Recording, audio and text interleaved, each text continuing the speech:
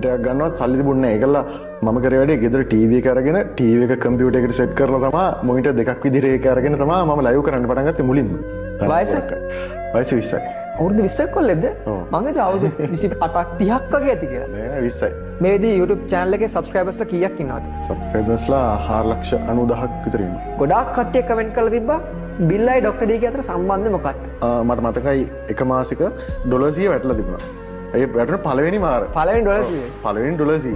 පළවෙනි $100න් යාළුවට මම සල්ලි දුන්නා ක්ලාස් එකට දීපන් කියලා. හේතුව ඒ තරම් අපි ඒ තරම් යාළුවෝ. පොරට ක්ලාස් එකට දෙන්න සල්ලි තිබුණේ. එයා යුනිවර්සිටි සිලෙක්ට් වුණා. ඒකල්ලා කොහමරි ඕක පොර මට කිව්වෙත් නෑ. සිලෙක්ට් වුණා කියලා. සිලෙක්ට් වුණා කියලාවත් මට කිව්වේ නෑ. කොහමරි මම දවසක් ටවුන් එකේ යද්දි මට හම්බුණා. ඒකලා මම මූණ ඉස්සරහට හම්බුණා.